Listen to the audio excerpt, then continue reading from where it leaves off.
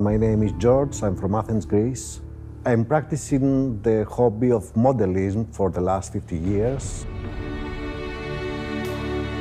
I've tried to make a model that it says a story. It's not the first model of Bismarck I've done in my life. It happened a few years back to get along with wargaming and to see the way world of warships represent Bismarck.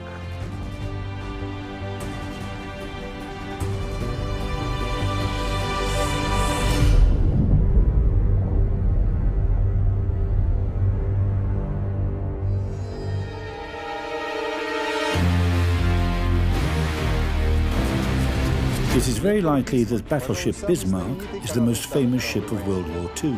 For some, she was a source of pride. For others, she was the sword of Damocles hanging over the Atlantic Ocean, the body of water through which the most vital British sea routes pass. The ship was a perfect incarnation of the prevalent idea of that time that only steel giants equipped with powerful guns and thick armour could truly rule the seas. Battleship Bismarck represented the greatest triumph of that idea, and her fate its grand fall.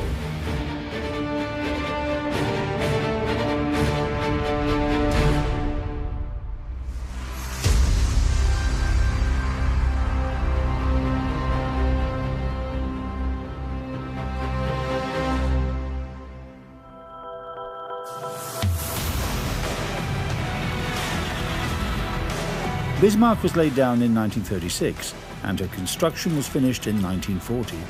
She was larger than all existing European battleships of the time.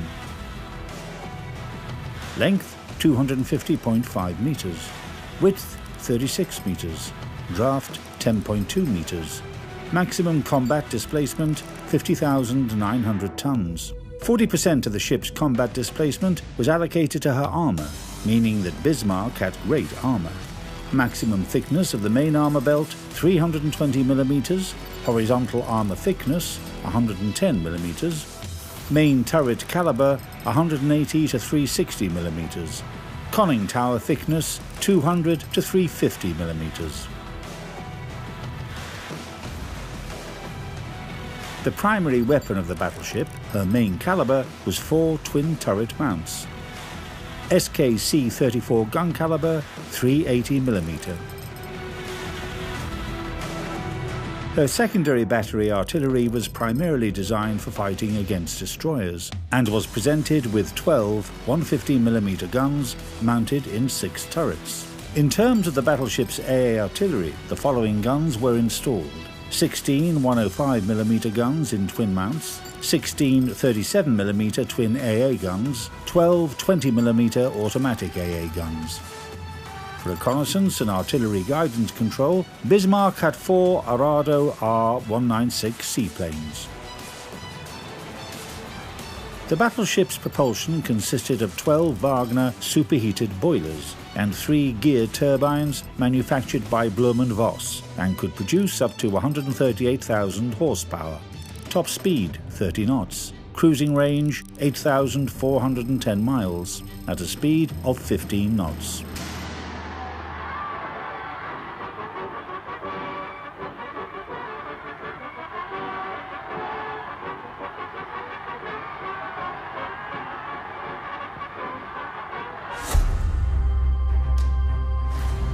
A grand ceremony marking the occasion of battleship Bismarck entering service was held on August 24, 1940. The same night, the ship had to repel a British air raid on the shipyard in Hamburg. The battleship didn't take any damage. Meanwhile, Kriegsmarine Command had developed a detailed plan of operations for their surface ships. Their strategic task was to put pressure on Allied communications in the Atlantic Ocean. This would force the Allies to redeploy British battleships to the Atlantic from the Mediterranean Sea, so as to protect the convoys under threat. This would shift the balance of power in Germany and Italy's favour in the Mediterranean. On May 19, 1941, Bismarck set out on her first combat raid. Heavy cruiser Prince Eugen joined Bismarck for the raid. 2 days later, the British Admiralty received a message that 2 heavy German ships had been spotted near Norwegian shores.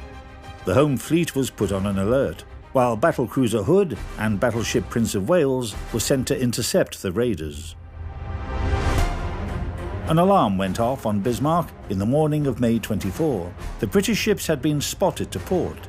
The British opened fire from 22 kilometers at 5:52 a.m. 3 minutes later, Bismarck responded, firing salvos at the leading enemy ship, battlecruiser Hood. The enemies were getting closer to each other. In just a few minutes, a shell from Prince Eugen started a fire aboard Hood, and Bismarck got hit 3 times by shells fired from Prince of Wales. The German battleship fired a 5th salvo at the English battlecruiser. Within mere seconds, an enormous explosion broke Hood in 2 parts. After the beauty and pride of the British Navy, the mighty Hood, as the battlecruiser was called on the shores of the foggy Albion, had been destroyed. Bismarck began firing at Prince of Wales and forced her to withdraw from the battle after 3 successful hits. In just 30 minutes, the German ship had demonstrated her exceptional combat capabilities. However, Bismarck was also damaged during the fight. While the damage hadn't reduced the battleship's combat capabilities, she was nevertheless ordered by command to abort the operation. Due to the flooding caused by the British shells, Bismarck was listing to port. Her top speed was reduced to 28 knots and her fuel tanks were damaged. I didn't choose to present a ship like it's fresh out of the shipyard. I tried to present a ship that has been battered by the weather. It was battle-scarred, so there is a lot of rust. If you go to real life during battlefield, you will see sailors trying to repair daily stains of rust or stains of damage. The Battle of the Denmark Strait on May 24 was a turning point in Bismarck's history. The English had mobilized almost all of their forces in the North Atlantic to search for Hood's killer. Even some escort ships and a task force from Gibraltar were engaged in the hunt. The commander of the German task force, Admiral Gunther Lütjens, considered his options and decided to separate from Prince Eugen so that she could act independently against enemy convoys. It was decided to send Bismarck, which had lost a lot of fuel, to the shores of occupied France, specifically to the port of Saint-Nazaire.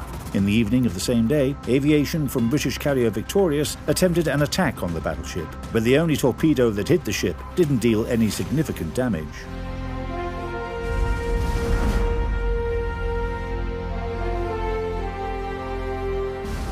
A lot of people considered that the Swordfish was out of date at the beginning of World War II, and in a sense that's true.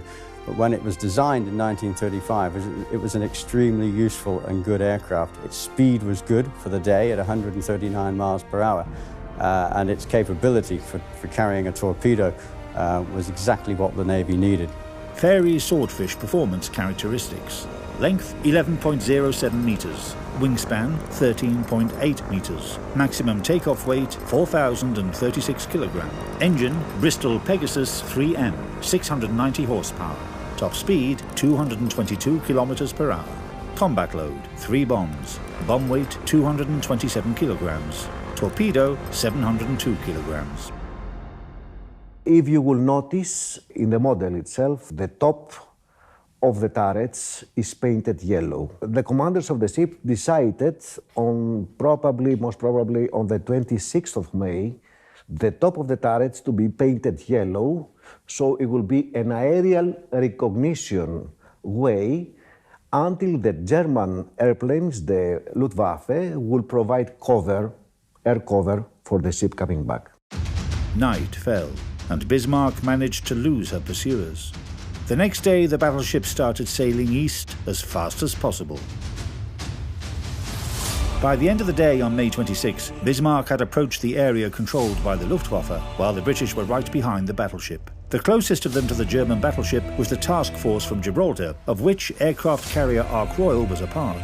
At 8:47 p.m, 15 Swordfish aircraft divided into squadrons of 3 and commenced their attack on Bismarck.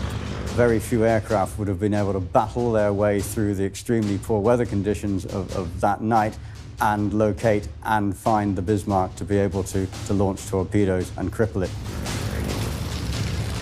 The Swordfish was incredibly strongly constructed It could take a lot of flak damage, it could take a lot of bullet holes, it could take a lot of poor weather flying and still manage to get itself back to the ship. The Swordfish has no canopy or cover or closed-in cockpit area. The telegraphist air gunner, or TAG, operated only a single Lewis K machine gun, but again, this was very, very small machine gun really for its own self-defense.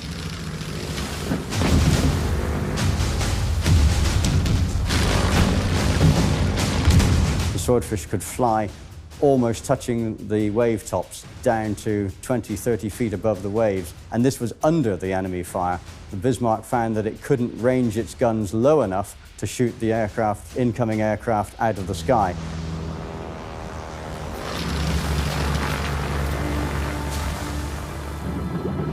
One of 2 torpedoes released from the Swordfish hit Bismarck's aft, jamming her rudders and causing the ship to turn in a circle. As darkness fell, the ship was spotted by some British destroyers that didn't give the wounded giant any chance to rest during the entire night. In the morning of May 27, the final act of Bismarck's dramatic odyssey concluded. British battleships Rodney and King George V appeared on the horizon and opened fire at the German ship while on approach to their target. Bismarck immediately responded in kind, but due to the damage she had received over the course of previous days, her salvos weren't able to reach the British ships. The battleship fought fiercely and desperately for an hour. By 9:30 a.m., Bismarck's main armament had been destroyed. 10 minutes later, her secondary guns broke down, and at 10 a.m., her last 20mm automatic gun went silent. Bismarck, despite being rendered useless, was still afloat, and her combat flag was still raised overhead. Her fate was sealed at 10:39 a.m.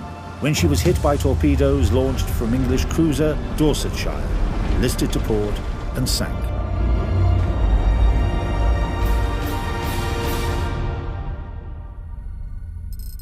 "57 surface ships and 8 submarines of the Royal Navy directly participated in the operation against Bismarck. Battleship Bismarck's 9-day voyage became known as one of the most dramatic episodes of the naval combat during World War II. It brought both the greatest victory and one of the most significant defeats of Germany's surface fleet. The German Maritime Command were forced to rethink their plans to use large surface ships in raids against Allied convoys. The British Admiralty also had the chance to evaluate the Kriegsmarine's capabilities and decided to focus large forces of the home fleet in the North Atlantic Ocean to deflect any possible German threat. Bismarck had been destroyed, but her sister ship, Tirpitz, was still in service. The German Navy was still strong.